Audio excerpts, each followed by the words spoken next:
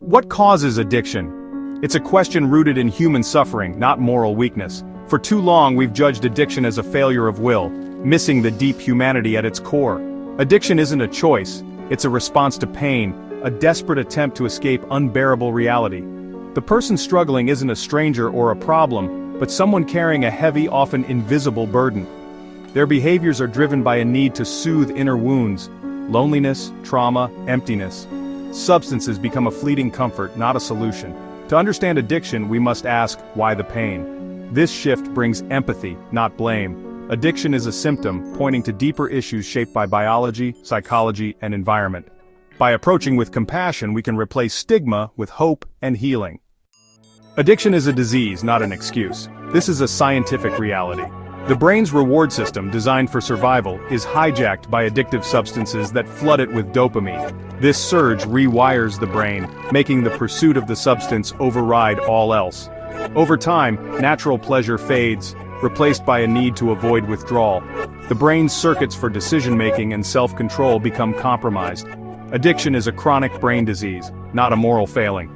The ability to choose is severely impaired, compulsion takes over. Understanding this biology is key to compassion and effective help.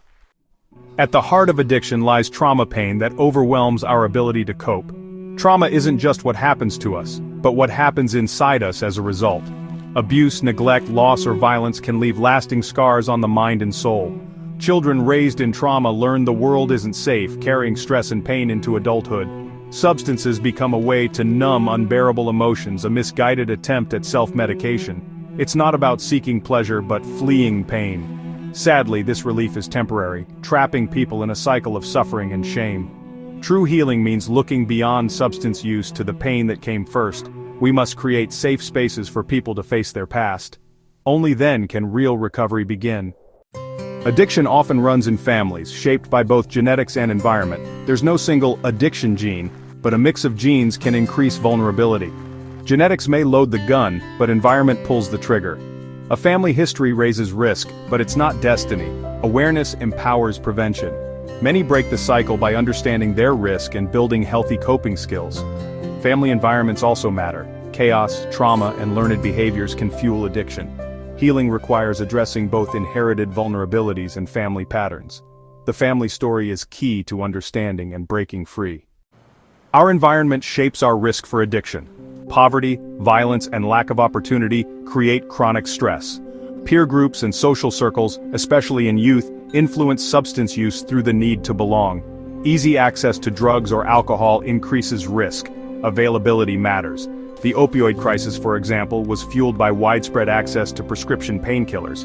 But the deepest factor is connection. Humans need to feel seen and valued. Social isolation is a major risk. Addiction often fills the void of loneliness. Healing means rebuilding connections and finding belonging. Communities that foster support and inclusion protect against addiction. Prevention is about more than removing substances, it's about creating connection. Recovery is rooted in community. Addiction and mental health issues often go hand in hand. Depression, anxiety, PTSD, and bipolar disorder frequently coexist with substance use. Many use substances to self-medicate emotional pain, seeking relief, not a high. Substance use can also worsen mental health, creating a vicious cycle. Effective treatment must address both addiction and mental health together. Ignoring one means risking relapse. True healing requires integrated care and new coping skills. Recovery is possible when both mind and body are supported. Addiction is a gradual process, often starting with curiosity or social use. Early use feels harmless, but regular use can become a way to cope with stress or pain. The brain learns to rely on substances for relief, deepening psychological dependence. As use increases, negative consequences appear. Missed work, strained relationships, health issues. Despite harm, stopping becomes difficult. Withdrawal sets in. The motivation shifts from feeling good to avoiding pain. Eventually, addiction takes over. Life revolves around the substance. What began as a choice becomes a compulsion. Understanding this progression allows for early intervention and hope. Recovery is possible at any stage. Addiction's roots are complex. Biology, trauma, family, environment, and mental health all play a role. No one chooses addiction, it's a human response to suffering, not a moral failing. Shame and stigma only deepen the wounds. Shifting from judgment to empathy opens the door to healing. Recovery is always possible. The brain can change and people can heal. With support, new lives can be built on purpose and connection. Let's offer compassion, not condemnation, and walk the path of healing together. The story of addiction can end in hope and recovery for all. Follow us on TikTok at Recovery, Journey 33, Instagram at Recovery, Journey 33, and Recovery, Journey on Rumble for more contents like this. Don't forget to subscribe, like, comment, or share. See you on the next one.